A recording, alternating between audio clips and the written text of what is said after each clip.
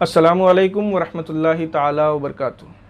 کچھ ضروری مصروفیات تھیں، اس وجہ سے پچھلے کئی دنوں سے میں آپ کی خدمت میں حاضر نہیں ہو سکا۔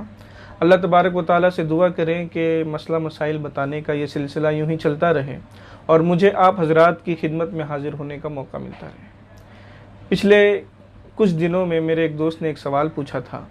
وہ انتہائی اہم سوال ہے، لوگ اس طرف توجہ نہیں دیتے، اس لیے میں نے مناسب سمجھا کہ وہ سوال اور اس کا جواب آپ لوگوں سے بھی میں شیئر کروں۔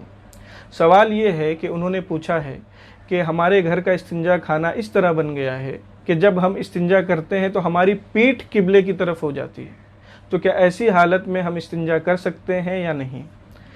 دیکھیے، اس کا جواب یہ ہے کہ اس طرح استنجا کرنے کے لیے بیٹھنا کہ آپ کی پیٹھ قبلے کی طرف ہو جائے، یہ جائز نہیں ہے، اس کی اجازت نہیں ہے۔ اور صرف پیٹھ ہی نہیں بلکہ اگر کوئی قبلہ کی طرف رخ کر کے، چہرہ کر کے اگر استنجا کرتا ہے تو اس کی بھی اجازت شریعت میں نہیں ہے۔ جن لوگوں کے گھر میں استنجا خانہ اس طرح بن گیا ہے کہ جب وہ استنجا کرنے بیٹھتے ہیں تو ان کا سینہ، ان کا چہرہ اور ان کی پیٹھ قبلے کی طرف ہو جاتی ہے، ایسے مسلمانوں کو چاہیے کہ وہ فوراً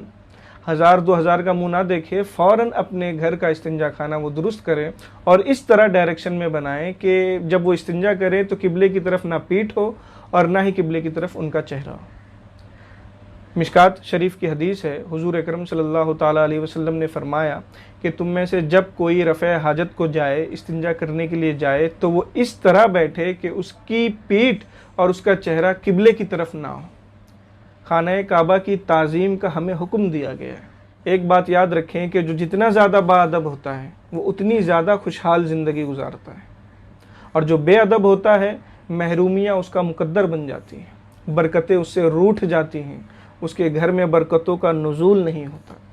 اس لیے ایسے مسلمان جن کے گھر کا استنجا خانہ غلط ڈائریکشن میں بن گیا ہے، غلط سمت میں بن گیا ہے، ان کو چاہیے کہ وہ اپنے گھر کا استنجا خانہ درست کروا لیں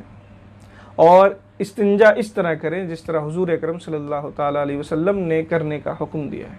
کہ جب وہ استنجا کرنے بیٹھیں تو اپنی پیٹھ اور اپنا چہرہ قبلہ کی طرف نہ کریں۔ السلام علیکم ورحمۃ اللہ تعالیٰ وبرکاتہ۔